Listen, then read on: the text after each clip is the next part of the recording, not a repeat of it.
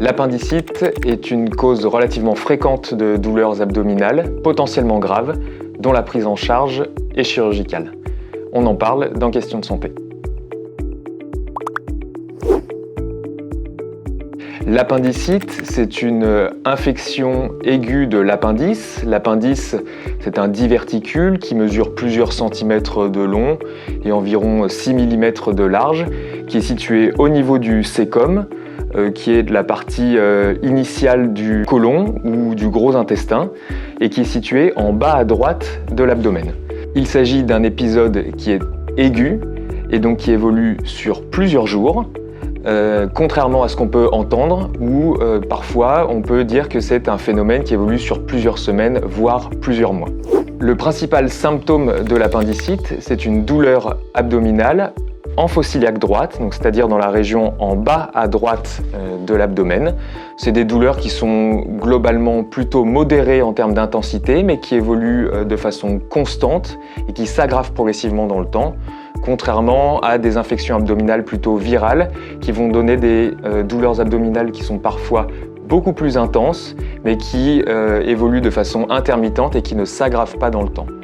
Un autre symptôme peut être la fièvre, mais elle n'est pas toujours présente.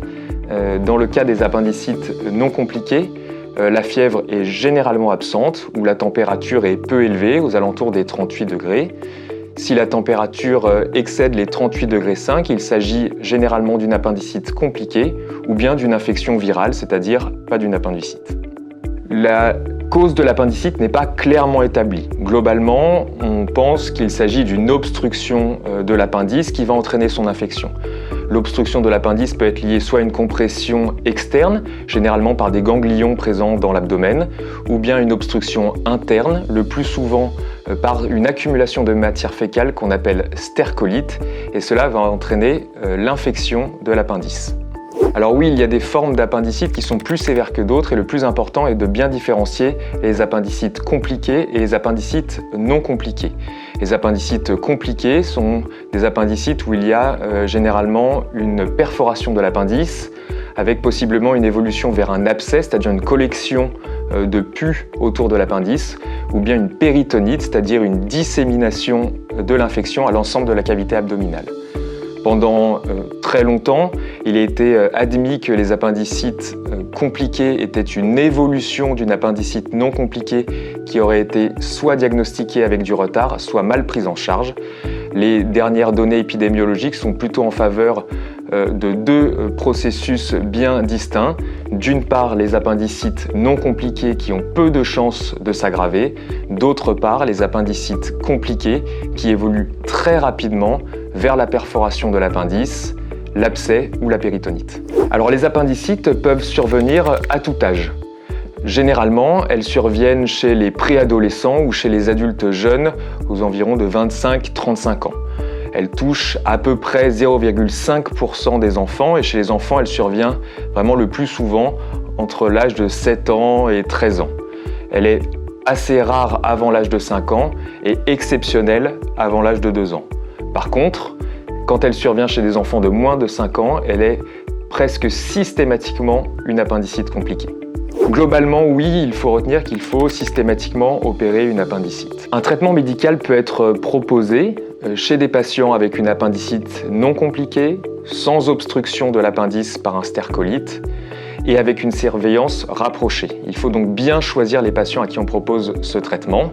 Le traitement consiste donc en une antibiothérapie, une surveillance rapprochée. Cependant, il peut y avoir deux principales complications du traitement médical. La première complication est une aggravation malgré le traitement par antibiotiques et qui va donc nécessiter une chirurgie. La deuxième complication est une récidive de l'appendicite, potentiellement plusieurs années après. Donc en pratique, je pense qu'il faut retenir que le traitement de référence de l'appendicite reste la chirurgie. Alors quand on doit opérer l'appendicite, il s'agit d'une opération qui se fait sous anesthésie générale. Elle consiste en l'ablation de l'appendice qui est malade, c'est ce qu'on appelle l'appendicectomie.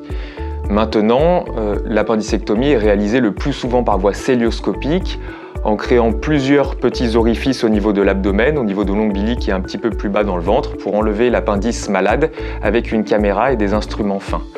Parfois, chez certains patients ou dans certaines situations, il est nécessaire de réaliser une chirurgie que l'on dit ouverte, en faisant une incision en bas à droite du ventre, au niveau de l'incision de McBurney. La durée de l'hospitalisation après une chirurgie d'appendicite dépend en grande partie de la durée d'antibiotiques intraveineux nécessaire et donc du degré d'infection de l'appendice. Globalement, il faut retenir que l'hospitalisation dure entre 1 jour après la chirurgie pour une appendicite non compliquée et jusqu'à environ 1 semaine après une péritonite. L'appendicite peut être dangereuse, oui et non. Sur le plan de la mortalité, non. Il est exceptionnel de mourir d'une appendicite. Par contre, il s'agit d'une infection qui peut être potentiellement sévère avec des cas de péritonite. Donc il faut savoir y penser, la diagnostiquer à temps et la prendre en charge convenablement. Pour d'autres questions de santé, abonnez-vous à notre chaîne.